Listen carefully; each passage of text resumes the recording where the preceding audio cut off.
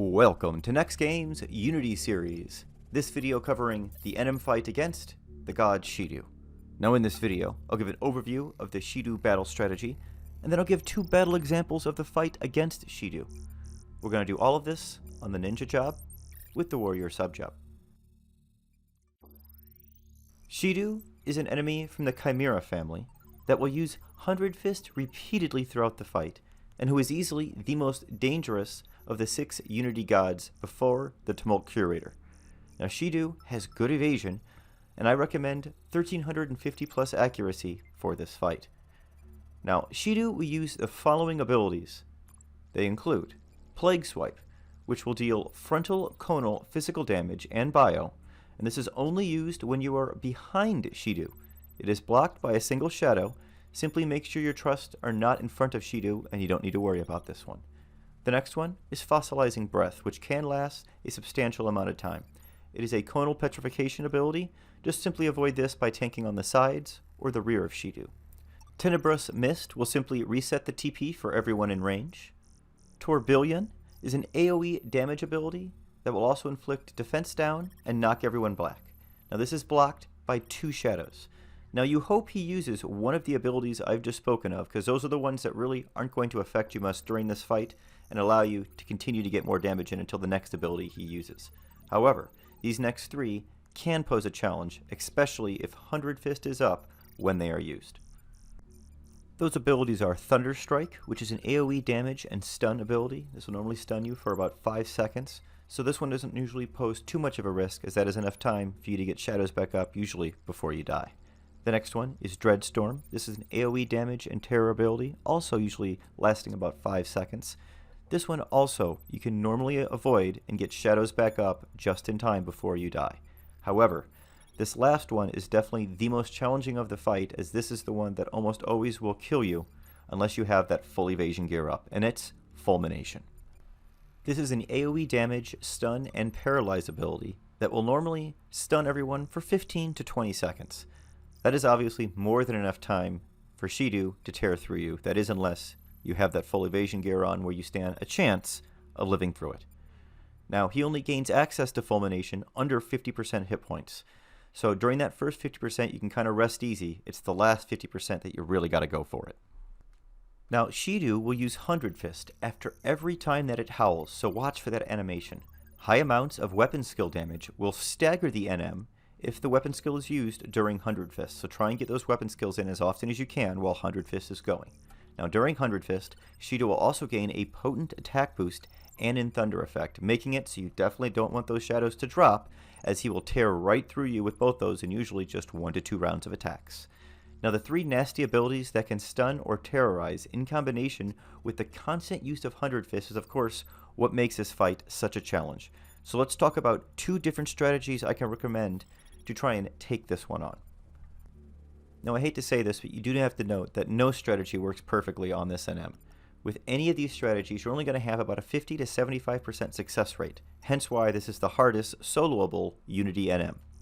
So strategy 1 is more of a Blitz strategy. Go with your strongest weapon setup that does the most damage to attempt to stagger as often as you can. Use a strong evasion DPS gear set. This is Malignant with DD accessories.